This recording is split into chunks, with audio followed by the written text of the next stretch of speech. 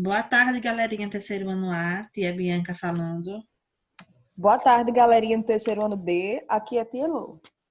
Hoje, na nossa aula de português, né, vamos estudar o gênero textual poema, né? Nós já estamos lendo alguns poemas já nas sextas-feiras, no nosso momento de leitura coletiva, na nossa roda de leitura coletiva, e hoje a gente vai ver a estrutura, né? Vamos aprofundar mais nesse tipo de texto, né? Que é o poema, na estrutura do poema, tá?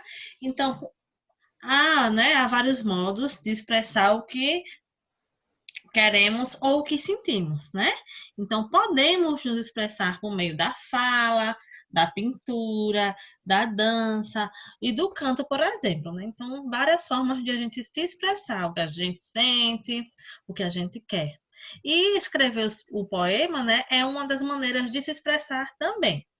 Além de brincar com o significado das palavras, o poema também permite brincar com os sons que há nele para conseguir um determinado efeito, entre outras possibilidades. Então, quando a gente escreve um poema, né, a gente pode expressar tudo isso, tá bom? O que a gente sente, né? O que a gente está querendo, né? Permite a gente brincar com o som das palavras, com as rimas, tá certo? Então, a gente vai ver aqui um poema, tá? O texto a seguir é de José Paulo Paes e nos ajuda a pensar sobre o que é um poema e como fazê-lo, tá?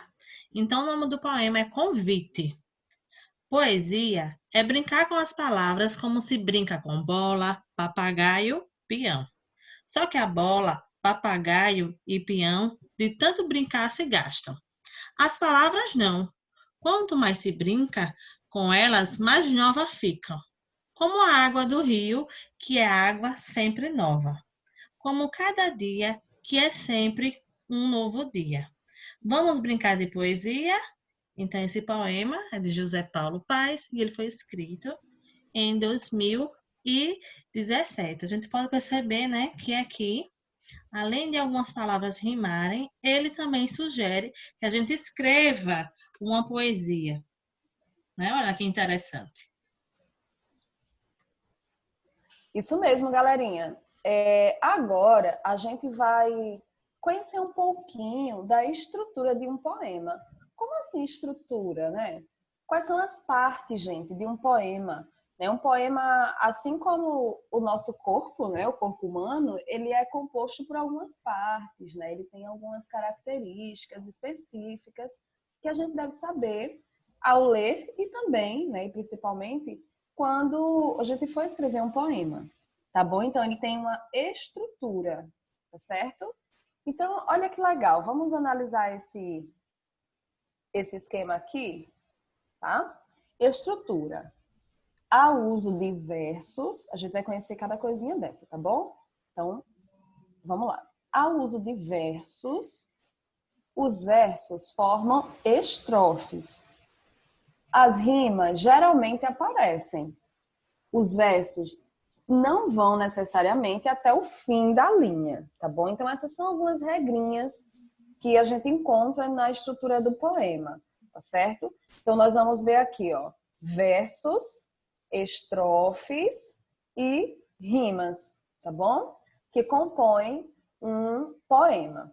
Então, vamos tentar identificar essa estrutura de um poema a partir da leitura desse aqui abaixo, que é A Cigarra e a Formiga. Então, a tia vai explicar direitinho para vocês o que é um verso, o que é uma estrofe, como é que ocorre a rima, tá bom? Então, vamos ler primeiro, né, esse poema, que foi uma adaptação da fábula de Esopo, tá? A Cigarra e a Formiga. Então, aqui foi uma adaptação. Foi o mesmo texto, só que escrito como poema, por conta dessas características aqui que a gente vai ver. A cigarra e a formiga. Quando o inverno chegou, a formiga sentiu frio. A cigarra sentiu frio. Procurou pela formiga e ajuda lhe pediu. A formiga labutou e com a cigarra se juntou. Abriram num instante um belo e próspero restaurante. Cada uma o seu dom mostrava. A cigarra cantava, a formiga cozinhava. juntaram arte com sabedoria. Daí para frente foi só alegria. O poema não está completo aqui, tá, gente? É só um fragmento, ou seja, só um pedaço do poema. O poema é maior e tem no livro de vocês, tá? Nos assuntos que a gente está estudando aqui de poemas. Então, vamos tentar identificar, gente, o que são versos e o que são estrofes, tá bom? A rima que a Bianca explica daqui a pouquinho para vocês.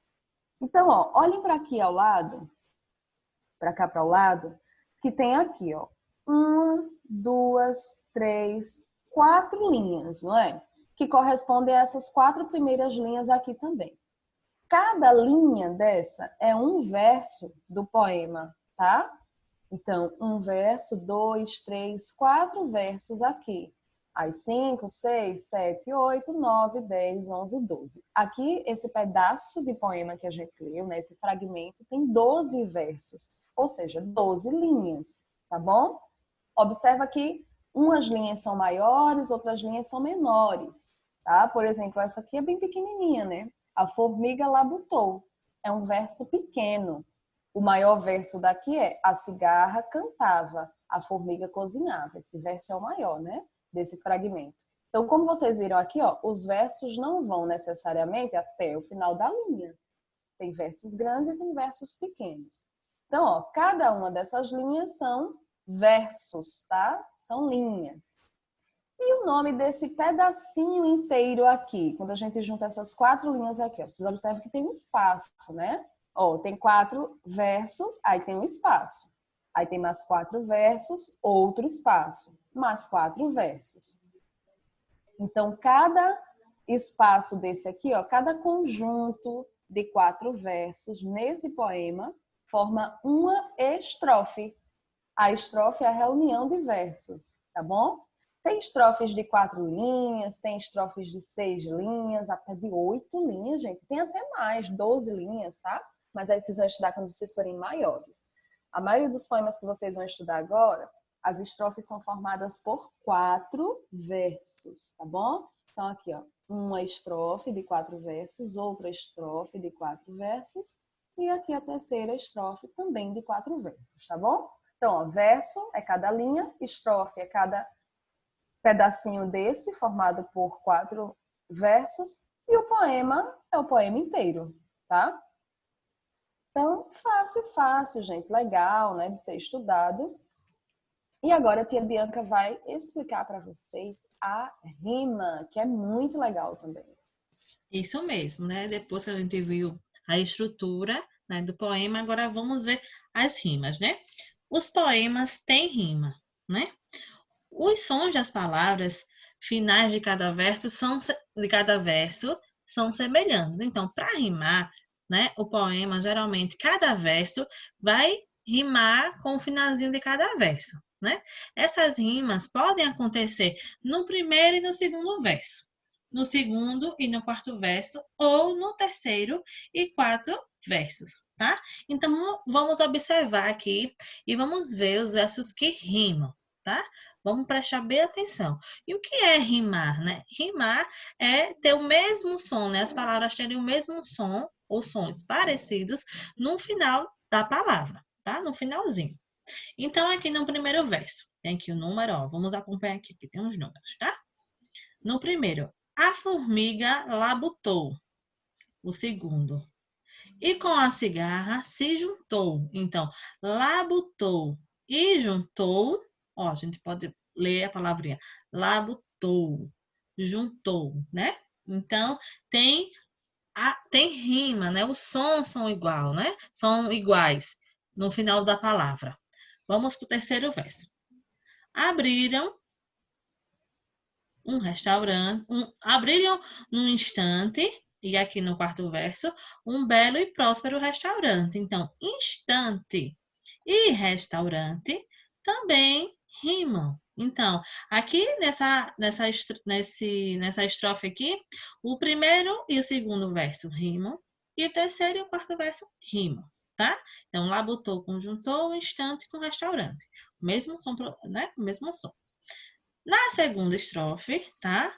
No primeiro verso, bem tranquila, recostada, tá? Vamos ver aqui no segundo verso. Num galho de goiabeira, terceiro verso. Se prepara para a cantoria.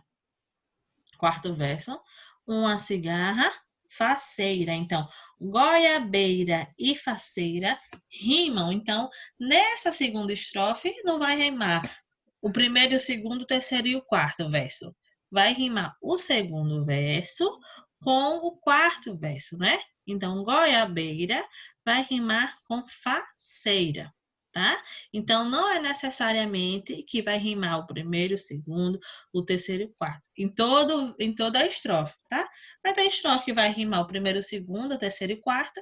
E vai ter estrofe que vai rimar o segundo verso com o quarto verso, tá? Olha que interessante, né? A gente nem pensa que goiabeira com faceiro. Então, quando a gente vai escrever um poema, quando vai produzir um poema, a gente vai procurar palavras que possam, né, rimar, né?